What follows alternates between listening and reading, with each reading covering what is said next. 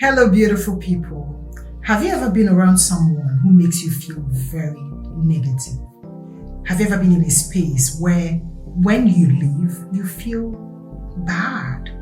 Not necessarily because anything negative was said to you directly, but you feel a certain level of negative vibe or energy from this person or this environment. Have you ever been in that space where somehow you know that even though this person or these people are not saying something negative, but you know they don't mean well for you?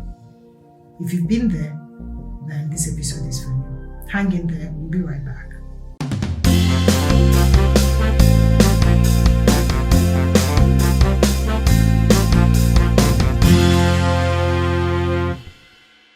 Welcome back, guys.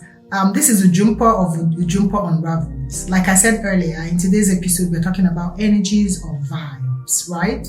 Have you ever been around a situation or environment, or perhaps a person, maybe a sibling or a friend or a colleague or a partner or an acquaintance that makes you feel a certain kind of way, a negative kind of way?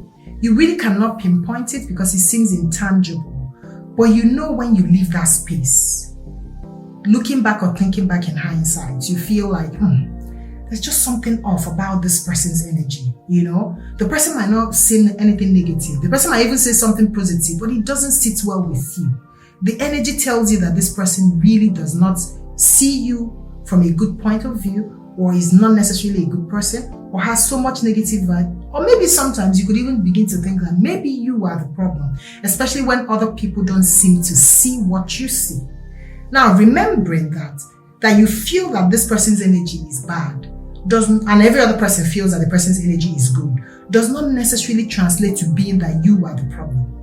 It could be that your energy and that person's energy does not tally. Not because either of you have issues, but somehow at that moment in life, your both energies, do not tally. And it's okay. So what do you do in such situation? Kind of evaluate, sit back and evaluate. Give the person a little kind of distance, not like you're fighting, but just study the situation well. Sometimes perhaps it could be that the person genuinely has successfully masked his or her negative energy, so much so that the other people are not as sensitive as you are to say it. So this person has managed to fool these other people. But because you are very deep as a person, you could see that behind all those facade of hello, this person is actually very negative, or very, pessimistic, or very sad, or very empty, or very fake. You are able to see that.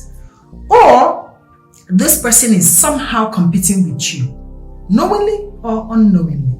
Sometimes it could even be unknowingly that this person does not even know that he or she is doing this to you.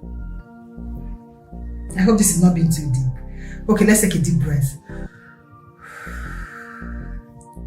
Okay, so let's make it a little bit light so that we all can understand each other. Okay, let me take it back. Have you ever been around someone, situation, or people that make you feel negative or sad, or give you negative vibe anytime you meet them? If the answer is yes, there are things you can do. 1, unbiasedly judge the situation when you're around them. Meaning, don't be emotional. Try to be as logical as you can be. Study anytime you're around them and how people around you guys feel when that person walks into the room, to be sure that you are not the person who is judging the situation, or to be sure that you are not the person that actually is the problem.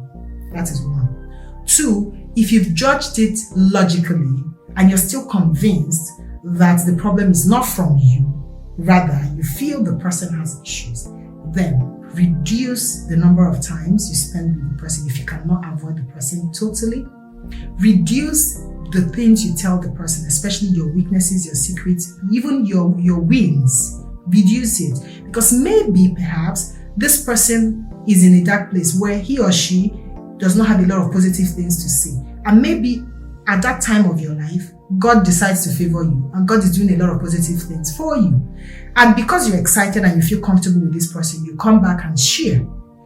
because that person is somebody that has issues, again, I'm not justifying, but because the person has issues, the person is not able to disassociate his life or her life from the things that are happening to you now that are good, knowing that it's all about timing.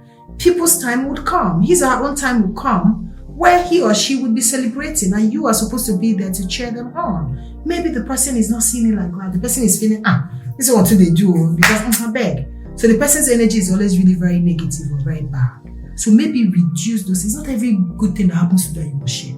Can't you just praise God in the four corners of your room and shut up your mouth? You must not always. But do you know that, because I'm not trying to say you should mask your blessings, but be sensitive to who you share this news with, where you share, and how, and when. That's all I'm asking, right? Again, not trying to downplay the fact that there are really bitches out there who, regardless of even their lives might be better, but you just one small thing that is happening, they cannot even seem to take it. Not necessarily because they are competing with you, but because they are that self-centered. Yeah, there are people like that. What do you do? Avoid them as much as you can. Reduce the things you tell them and the way you associate with them. And talk less. Let them be the ones to talk and listen. Guys, if you've ever been in a situation where you feel a certain negative kind of vibe from someone, study the situation, reduce the things you tell them, and watch them from afar. Okay, till next time, guys, kindly subscribe to my YouTube channel. Please share, please comment, hit the notification button so you'll be alerted when we release new videos. Comment and hang in there because the best is next. Love you. Ciao.